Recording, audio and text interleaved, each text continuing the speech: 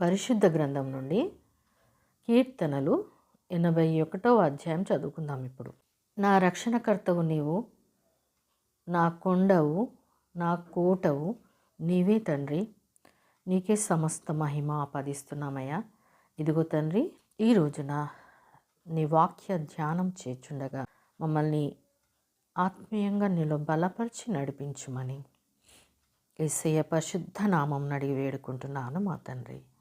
Amen. పరిశుద్ధ గ్రంథం నుండి కీర్తనలు 81వ అధ్యాయం చదువుకుందాం.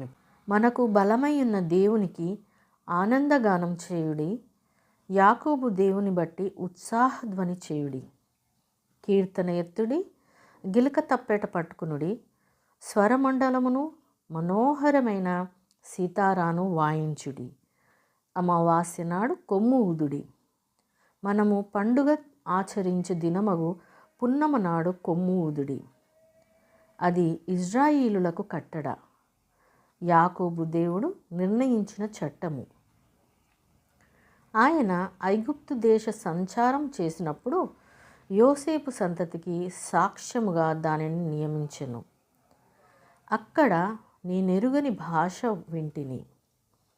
వారి భుజము నుండి నేను బరువు దింపగా వారి చేతులు మోతగంపలనెత్తకుండా విడుదల పొందెను. ఆపత్కాలం నందు నీవు మొరపెట్టగా నేను నిన్ను విడిపించి తిని, ఉరుము దాగు చోటులో నుండి నీకు ఉత్తరమిచ్చి తిని, మొరీబా జలముల యొద్ద నిన్ను శోధించి తిని. నా ప్రజలారా ఆలకింపుడి, నేను మీకు సంగతి తెలియచేతును. అయ్యో ఇజ్రాయేలు, నీవు మా మాట వినిన ఎడల ఎంత మేలు. అన్యుల దేవతలలో ఒకటియును నీలో ఉండకూడదు.